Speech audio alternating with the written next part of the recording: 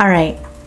Hello, everyone. Today I'm going to be spilling the tea, and this is not urine, of all the cameras from somebody who is an amateur and just likes videography and photography as a hobby. Over the past 4 to 5 years, I've definitely grown my collection. I started my first ever YouTube video, and it was an ASMR video on my iPhone 10. And I just used this Yeti mic that I got. It was a big purchase for mine, so I'm happy she's still here with me right now. But over the years, I've definitely grown to buy more of the expensive cameras to something that's more trendy, and I've definitely learned a fair share of things. I do have one camera that I don't have with me right now. It is the Osmo Pocket 3, and I'll go into this video about why I did sell it, but I know the Osmo Pocket 4 is coming out, so I am looking forward to some new updates on that. I'm gonna start off this video with my first camera. This is the DJI Action 6, and I will insert here a photo and a video of what it looks like in 4K. One main reason why I got this was honestly because I was in Japan and you didn't have to pay tax. But the second thing was, prior to this camera, I had the Insta360 Go Ultra, which I still have because I'm looking to sell it. But prior to me getting the DJI Action series, I have the Insta360 as my first pocket camera journey. And I'll tell you my pros and cons about this. Now, first of all, going back to the comparison of these two, you can see that they look extremely similar just by off the bat. And you can see that they have a lens here. And the only difference here is that you can actually remove the actual camera, and this itself would just be a screen. For the DJI Action 6, this is the entire camera in itself, and once you turn it on, you're able to see the actual front of the camera as well as both sides. So if you're filming this way, you're able to see yourself, and I'm going to show you an example right here. You're able to see me right now, but I'm also able to see myself on the camera. I know it's a little blurry, but you're able to see both sides. So this is really nice, if especially compared to this where you can't see yourself while you're filming, you could actually see yourself filming.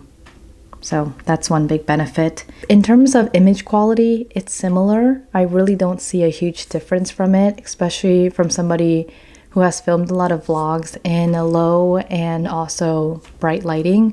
I think they both do a great job, and just because the Go Ultra and the Action 6 are quite competitors, I would say they really prioritize making sure that they both could perform really well in low light settings. Another similarity that they have is that they also can both film in a custom ratio, and that means that they can, depending on how you want to film it and export it, you could film it just horizontally and you wouldn't have to edit it after. But it has a square frame rate, so you can export it into a YouTube video as well as a TikTok video if you do use social media or make shorts. So that was a very good factor for both of them, and they both have that capability. So let me go more into detail of why I actually decided to keep this and get rid of the Insta360. Number one, I think I just didn't do enough research on the Insta360. It was a little bit of an impulse buy from all the different influencers out there. And I would say, although the flip screen sounds like a very good innovation, when you start using it, and especially because I had this in a case, flipping the screen every time I wanted to see myself and then flipping it back if I wanted to see it this way was actually more of a hassle than I actually thought. And of course, comment down below if that's something that you've also dealt with, but definitely having a screen in the front and back is, advantageous for any of these cameras like this, because when you're on the go, you don't want to be thinking about, am I in frame or not? But in this, you're not able to know, especially if you have this not outside of the pocket. Now, of course, the biggest benefit with this camera is the fact that you can get multiple angles. You can take this out, and this is magnetic, so you can stick it on, a pole, you could stick it on a staircase if it's metal. So you could get a lot of creative actions, and they're both waterproof, so that kind of is a benefit. But of course, you could get some top shots, and this is so small, so you could really bring this around. So I would only recommend this camera personally if you are somebody who was willing to use this outside the actual frame itself and use this just as a monitor. I think that's a great way to still use it and get those creative shots. But if you're somebody like me who just wants to use it for vlogging and you really want to make sure that you're in frame and you could see everything, then I think this one personally is just my favorite. All right, now I'm gonna go ahead and move on to my point and shoot cameras. I have two point and shoot cameras. The first one I have is the Canon G16.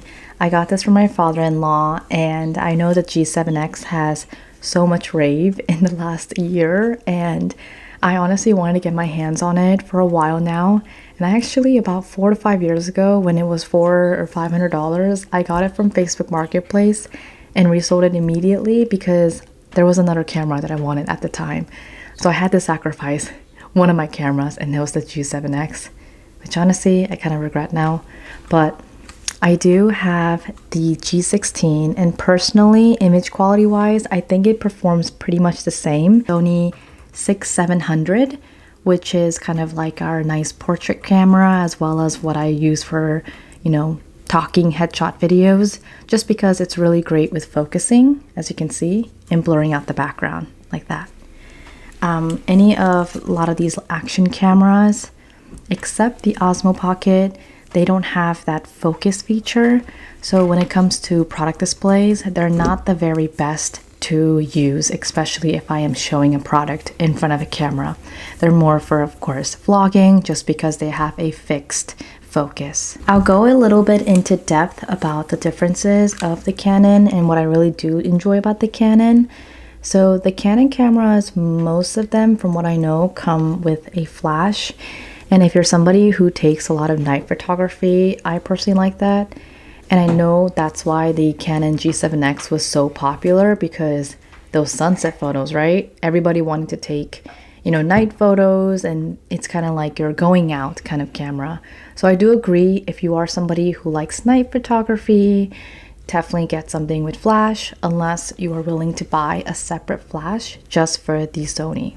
But I will say, in terms of video, the video is not the best, just because this is an older model. But I would say if you're just using it for photography, this is a great find. This is the Sony ZV-1F, and this was gifted by my husband. And what I really loved was I did want a smaller camera that had a flip screen where I could kind of just see myself. And the reason why I got this was I did want something similar to the Sony 6700 without bringing something super bulky around. And as you can see, it's the size of my hand, even smaller, so it goes inside any of my medium-sized bags very easily.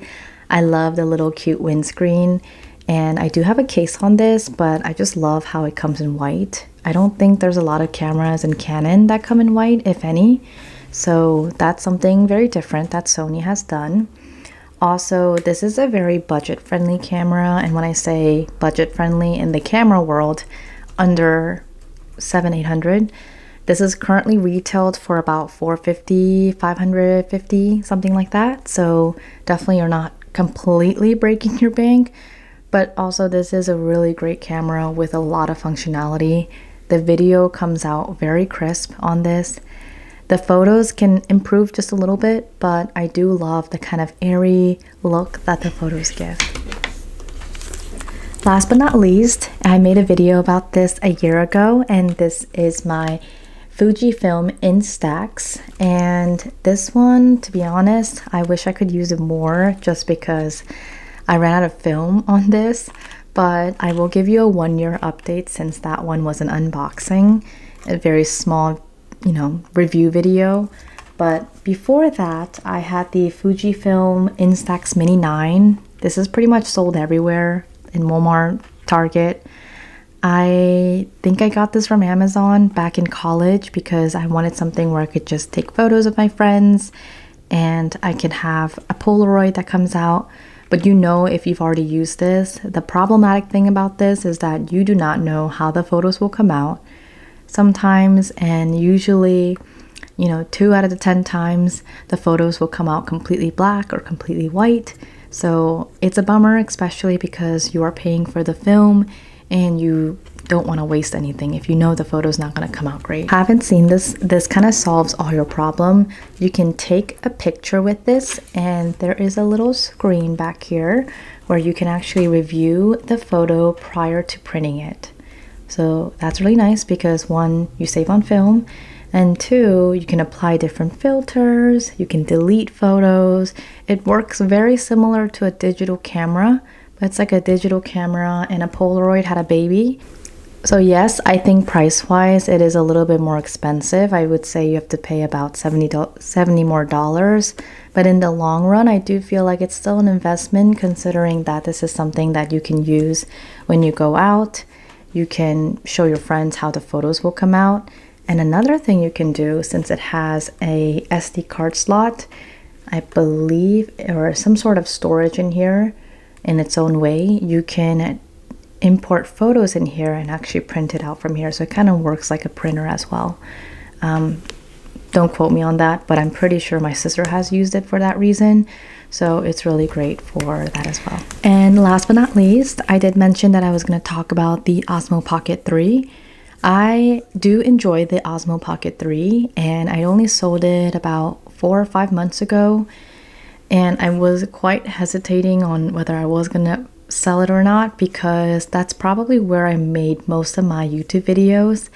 And if you've ever touched one or you've tried one before, you can tell that the Osmo Pocket was really used for somebody who didn't want to mess around with additional wires, connection points, or anything like that. It's a very simple camera where you can just turn it on, get the mic, turn on the mic, and then it will automatically connect by itself. So if you are a new content creator, I would definitely recommend something where it's a newer camera, just because a lot of the newer cameras already have a lot of these mic packages built in, and especially with DJI, you can buy them in a package, and it's a lot more intuitive to actually just go ahead and get started with filming without having to figure out with all the wires and buying an extra mic and all that. And because the Osmo Pocket is designed as a gimbal, it does feel very fragile if you want to bring it around, toss it in your bag. And even if, let's say, you have a structured bag, it comes with a little pouch, but it's just so much of a hassle to put on the case, put it back on, having to turn it back on and off to really do all the filming. So yeah, I think that's really the only downside. It's the kind of usability of the actual camera. But beyond that, the quality of the Osmo Pocket 3 is wonderful. That was my first ever Osmo Pocket gimbal-like camera, and I used it a lot for even point and shoot, you know, presentation videos and anything that I have to show, let's say something up close. It does a really wonderful job of focusing on it. So let's say you don't have a professional DSLR or you don't have a mirrorless camera and you just want something to start with while also using it as a vlog camera, I think the Osmo Pocket is a great option for you. And Osmo Pocket 4 is coming out with a few improvements, but I know they're not selling it in the US, so if I do get my hands on it, I would be very happy to see what the differences are, and I'd be happy to make a separate video of my thoughts compared to the Osmo Pocket 3. Alright, that is it for today's video. If you have any questions and if you like this video, please go ahead and click like and let me know what you'd like to see next. Bye!